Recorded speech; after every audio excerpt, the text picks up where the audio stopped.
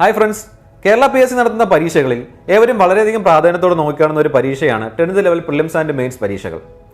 LD clerk പോലെ 10ാം തര യോഗ്യതയുള്ള വിവിധ തസ്തികകളിലേക്ക് നടത്തുന്ന ഈ ഒരു പരീക്ഷ ഏതൊരു ഉദ്യോഗാർത്ഥിയുടെയും സ്വപ്നമാണ്. അങ്ങനെയുള്ള ആ പരീക്ഷ നേടുക അല്ലെങ്കിൽ ആ സ്വപ്നം സാക്ഷാത്കരിക്കുക എന്നുള്ളതിന് കൃത്യമായ തയ്യാറെടുപ്പ് നടത്തേണ്ടത് ആവശ്യമാണ്. കൃത്യമായ തയ്യാറെടുപ്പ് നമുക്ക് നടത്തണമെങ്കിൽ വളരെ കൃത്യതയോടെ സിലബസിന് അനുസൃതമായി ചിട്ടപ്പെടുത്തിയ ഒരു റാങ്ക് ഫയൽ അല്ലെങ്കിൽ ഒരു സ്റ്റഡി മെറ്റീരിയൽ നമുക്ക് ആവശ്യമുണ്ട്. അങ്ങനെ ഒരു റാങ്ക് ഫയലുമായിട്ടാണ് ടാലന്റ് അക്കാഡമി നിങ്ങളിലേക്ക് എത്തിയിരിക്കുന്നത്. 3 വോളിയങ്ങളിലായി ടാലന്റ് അക്കാഡമിയുടെ 10th level mains rank file നിങ്ങളിലേക്ക് എത്തുന്നത്. LDC അല്ലെങ്കിൽ അതുപോലുള്ള 10th ലെവൽ മെയിൻസ് തസ്തികകളുടെ കൃത്യമായ തയ്യാറെടുപ്പിന് ഈ റാങ്ക് ഫയൽ നിങ്ങളെ തീർച്ചയായിട്ടും സഹായിക്കുന്നതാണ്. 10th ലെവൽ മെയിൻസ് റാങ്ക് ഫയലിന്റെ 1ാമത്തെ വോളിയത്തിൽ എന്തൊക്കെ വിവരങ്ങൾ ഉൾപ്പെട്ടിട്ടുണ്ടെന്ന് നമുക്ക് പരിശോധിക്കാം. ഈ ഒരു പുസ്തകത്തിനകത്ത് ചരിത്രം, ഭൂമിശാസ്ത്രം തുടങ്ങിയ മേഖലകളിലെ വിവരങ്ങളാണ് ഉൾപ്പെട്ടിട്ടുള്ളത്. ഇന്ത്യ ചരിത്രം, കേരള ചരിത്രം, ലോക ചരിത്രം, അതുപോലെ തന്നെ Kerala geography, Indian geography, world geography തുടങ്ങിയ വിവരങ്ങളാണ് ഈ ഒരു പുസ്തകത്തിനകത്ത് ഉൾപ്പെട്ടിട്ടുള്ളത്. ഏതൊക്കെ കണ്ടന്റ് ആണ് ഇതിനകത്ത് വന്നിട്ടുള്ളത് നമുക്കൊന്ന് പരിശോധിക്കാം.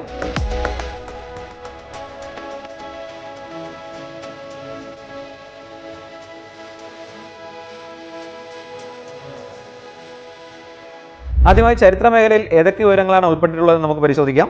കേരള ചരിത്രത്തിൽ യൂറോപ്യന്മാരുടെ വരവും സംഭാവനകളും, അതുപോലെ തന്നെ മോഡേൺ ട്രാവൻകൂർ, സാമൂഹിക മത നവോത്ഥാന പ്രസ്ഥാനങ്ങൾ, കേരളത്തിലെ ദേശീയ പ്രസ്ഥാനങ്ങൾ, 1956 ശേഷമുള്ള കേരളത്തിന്റെ സാമൂഹിക രാഷ്ട്രീയ ചരിത്രം തുടങ്ങിയ വിവരങ്ങളാണ് കേരള ചരിത്രത്തിനകത്ത് ഉൾപ്പെട്ടിട്ടുള്ളത്. അടുത്ത ഇന്ത്യ ചരിത്രത്തിലേക്ക് വരുമ്പോൾ മധ്യകാല ഇന്ത്യ, ബ്രിട്ടീഷ് ആധിപത്യം, 1ാം സ്വാതന്ത്ര്യ സമരം, ഇന്ത്യൻ നാഷണൽ കോൺഗ്രസിന്റെ രൂപീകരണം, സാമൂഹിക പരിഷ്കരണ പ്രസ്ഥാനങ്ങൾ, വർത്തമാന പത്രങ്ങൾ, സ്വാതന്ത്ര്യ സമര ചരിത്രകാലത്തെ സാഹിത്യവും കലയും, സ്വാതന്ത്ര്യ സമരവും മഹാത്മാഗാന്ധിയും, സംസ്ഥാനങ്ങളുടെ പുനഃസംഘടന, ശാസ്ത്ര വിദ്യാഭ്യാസ സാങ്കേതിക മേഖലയിലെ പുരോഗതി, ഇന്ത്യയുടെ വിദേശ നയം തുടങ്ങിയ മേഖലയിലെ വിവരങ്ങളാണ് ഉൾപ്പെട്ടിട്ടുള്ളത്.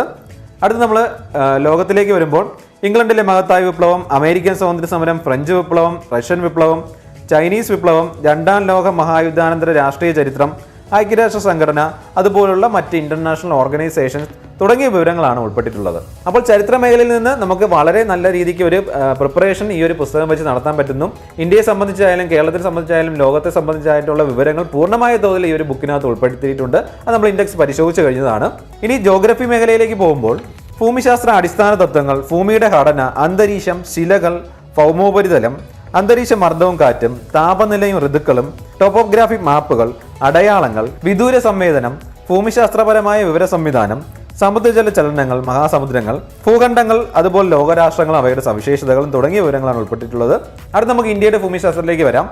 ഇന്ത്യയുടെ ഭൂപ്രകൃതി, അതുപോലെ സംസ്ഥാനങ്ങളും അവയുടെ സവിശേഷതകളും, ഇന്ത്യയിലെ വിവിധ ഭൂവിഭാഗങ്ങൾ, ഉത്തരപർവ്വത മേഖല, ഉത്തര മഹാസമുദ്രം, ഉപദ്വീപീയ പീഠഭൂമി, തീരദേശം, ഇന്ത്യയുടെ കാലാവസ്ഥ, ഇന്ത്യയിലെ സ്വാഭാവിക സസ്യപ്രകൃതി, കൃഷി, ധാതുക്കളും വ്യവസായവും, ഊർജ്ജ സ്രോതസ്സുകൾ, ഗതാഗതം തുടങ്ങിയ മേഖലയിലെ വിവരങ്ങളാണ് ഉൾപ്പെട്ടിട്ടുള്ളത്.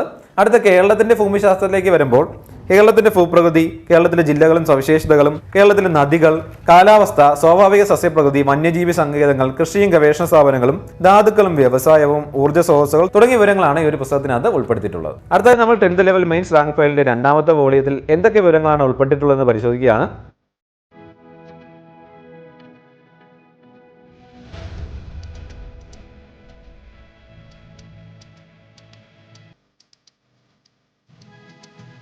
ഈ ഒരു പുസ്തകത്തിൽ ആദ്യമായി നമുക്ക് പഠിക്കാനായിട്ട് നൽകിയിരിക്കുന്നത് ധനതത്വശാസ്ത്രം, അതായത് എക്കണോമിക്സുമായിട്ട് റിലേറ്റ് ചെയ്തിട്ടുള്ള വിവരങ്ങളാണ്. സാമ്പത്തിക വളർച്ചയും സാമ്പത്തിക വികാസവും, വിവിധ സമ്പദ് വ്യവസ്ഥകൾ, ഇന്ത്യയുടെ സാമ്പത്തിക രംഗം, പഞ്ചവത്സര പദ്ധതികൾ, അതുപോലെ തന്നെ നീതി ആയോഗ്, നവസാമ്പത്തിക പരിഷ്കാരങ്ങൾ, ധനകാര്യ സ്ഥാപനങ്ങൾ, കാർഷിക വിളകൾ, ധാതുക്കൾ, ഹരിത വിപ്ലവം തുടങ്ങിയ മേഖലകളാണ് ധനതത്വശാസ്ത്രം എന്ന് പറയുന്ന ഒരു മേഖലയ്ക്കകത്ത് ഉൾപ്പെടുത്തിയിട്ടുള്ളത്.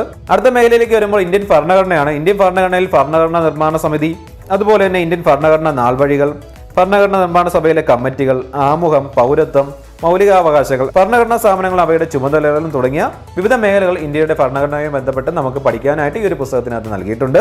അടുത്ത മേഖല എന്ന് പറയുന്നത് 10th ലെവൽ മെയിൻസ് പരീക്ഷയുടെ വളരെ കാതലായിട്ടുള്ള ഒരു മേഖല തന്നെയാണ്. കേരളം, ഭരണവും ഭരണ സംവിധാനങ്ങളും എന്ന് പറയുന്ന ഒരു ടോപ്പിക്.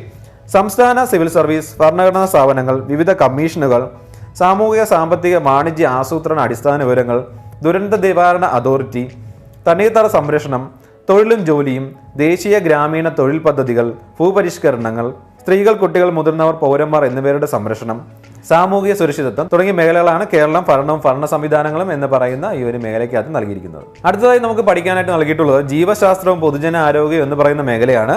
മനുഷ്യ ശരീരത്തെക്കുറിച്ചുള്ള പൊതു അറിവ്, ജീവകങ്ങളും ധാതുക്കളും അവയുടെ അപര്യാപ്തത രോഗങ്ങളും, സാംക്രമിക രോഗങ്ങളും രോഗകാരികളും, കേരളത്തിലെ ആരോഗ്യക്ഷേമ പ്രവർത്തനങ്ങൾ, ജീവിതശൈലി രോഗങ്ങൾ, പരിസ്ഥിതിയും പരിസ്ഥിതി പ്രശ്നങ്ങളും തുടങ്ങിയ മേഖലകളാണ് ജീവശാസ്ത്രവും പൊതുജന ആരോഗ്യവുമായി ബന്ധപ്പെട്ട് നമുക്ക് പഠിക്കാനായിട്ട് നൽകിയിട്ടുള്ളത്. അടുത്ത ഭൗതികശാസ്ത്ര മേഖലയിലേക്ക് വരുമ്പോൾ ഭൗതികശാസ്ത്രത്തിന്റെ ശാഖകൾ ദ്രവ്യം, യൂണിറ്റ് അളവുകളും തോതും, ന്യൂട്ടന്റെ ചലന നിയമങ്ങൾ, മൂന്നാം ചലന നിയമം, ആക്കം, പ്രൊജക്ടൈൽ മോഷൻ, മൂന്നാം ചലന നിയമം ഉപയോഗപ്പെടുത്തുന്ന സന്ദർഭങ്ങൾ, ISROയുടെ ബഹിരാകാശ നേട്ടങ്ങൾ തുടങ്ങി പ്രകാശം, ദർപ്പണം, വസ്തുക്കളുടെ വിവിധ വർണ്ണങ്ങൾ, ഇലക്ട്രോമാഗ്നറ്റിക് സ്പെക്ട്രം, ശബ്ദം, ബലം, താപം തുടങ്ങിയ മേഖലകളിലെ വിവരങ്ങളാണ് ഭൗതികശാസ്ത്രത്തിനകത്ത് ഉൾപ്പെടുത്തിയിട്ടുള്ളത്. അടുത്ത രസതന്ത്ര മേഖലയിലേക്ക് വരുമ്പോൾ ആറ്റം, തന്മാത്ര, ദ്രവ്യത്തിന്റെ വിവിധ അവസ്ഥകൾ, വാതക നിയമങ്ങൾ തുടങ്ങി ആവർത്തന പട്ടികയും മൂലകങ്ങളും, അതുപോലെ തന്നെ വിവിധ ലോകസങ്കരങ്ങൾ, pH മൂല്യം, രാസപ്രവർത്തനങ്ങൾ അങ്ങനെ തുടങ്ങുന്ന മേഖലകളിലുള്ള വിവരങ്ങൾ നമുക്ക് കെമിസ്ട്രി അല്ലെങ്കിൽ രസതന്ത്രം എന്ന് പറയുന്ന ആ ഒരു മേഖലയിൽ പഠിക്കാനായിട്ട് നൽകിയിട്ടുണ്ട്. അവസാനമായിട്ട് ഈ ഒരു പുസ്തകത്തിനകത്ത് നൽകിയിരിക്കുന്ന മേഖല എന്ന് പറയുന്നത് കലാ, കായികം, സാഹിത്യം, സംസ്കാരം എന്ന് പറയുന്ന മേഖലയാണ്. അതിലെ കലയുമായി ബന്ധപ്പെട്ടുള്ള കാര്യങ്ങളാണ് ഈ ഒരു പുസ്തകത്തിനകത്ത് ഉൾപ്പെടുത്തിയിട്ടുള്ളത്. കേരളത്തിലെ പ്രധാന ദൃശ്യശ്രവ്യ കലകൾ, പ്രശസ്തമായ സ്ഥലങ്ങളും സ്ഥാപനങ്ങളും, പ്രശസ്തരായ വ്യക്തികൾ, കലാകാരന്മാർ, എഴുത്തുകാർ തുടങ്ങിയ വിവരങ്ങളാണ് ഇതിനകത്ത് ഉൾപ്പെടുത്തിയിട്ടുള്ളത്. അടുത്തതായി നമുക്ക് മൂന്നാമത്തെ വോള്യത്തിനകത്ത് എന്തൊക്കെ വിവരങ്ങളാണ് ഉൾപ്പെട്ടിട്ടുള്ളതെന്ന് പരിശോധിക്കാം.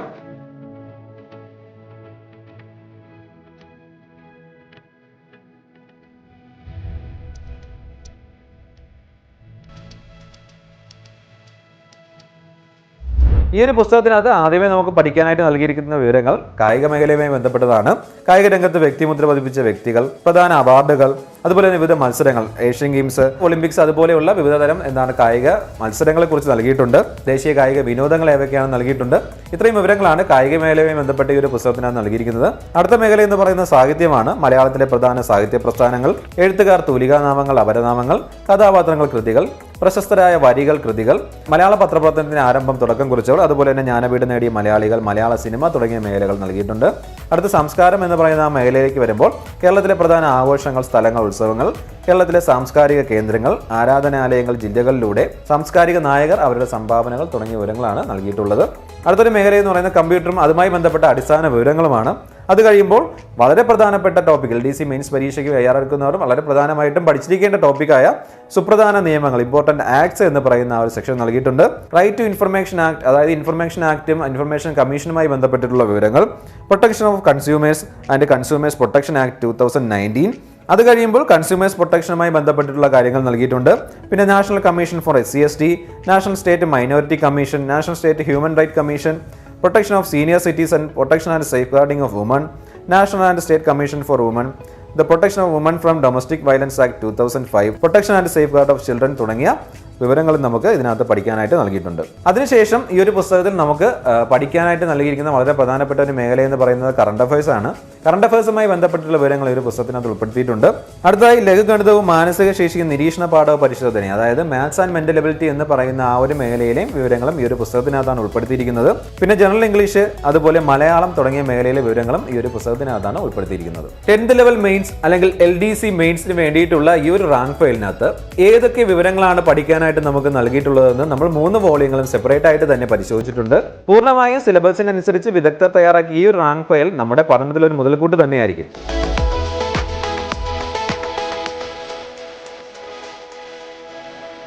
കൃത്യമായ ഒരു പഠനം നടത്തുന്നതിനും 10th ലെവൽ മെയിൻസ് എക്സാമിനകത്ത് ഉന്നത വിജയം നേടുന്നതിനുമായി ഈ ഒരു റാങ്ക് ഫയൽ ഇന്ന് തന്നെ സ്വന്തമാക്കുക. നിങ്ങളുടെ അടുത്തുള്ള ബുക്ക് സ്റ്റോളിൽ നിന്നും ഓൺലൈനായി ഇ-കൊമേഴ്സ് വെബ്സൈറ്റുകളായ ആമസോൺ, ഫ്ലിപ്കാർട്ട്, അതോടൊപ്പം ടാലന്റ് അക്കാഡമിയുടെ വെബ്സൈറ്റായ talentacademy.co.in നിന്നും നിങ്ങൾക്ക് ലഭ്യമാണ്. ഈ റാങ്ക് ഫയൽ ഇന്ന് തന്നെ സ്വന്തമാക്കി കൃത്യമായ പഠനം തുടങ്ങുക. All the best.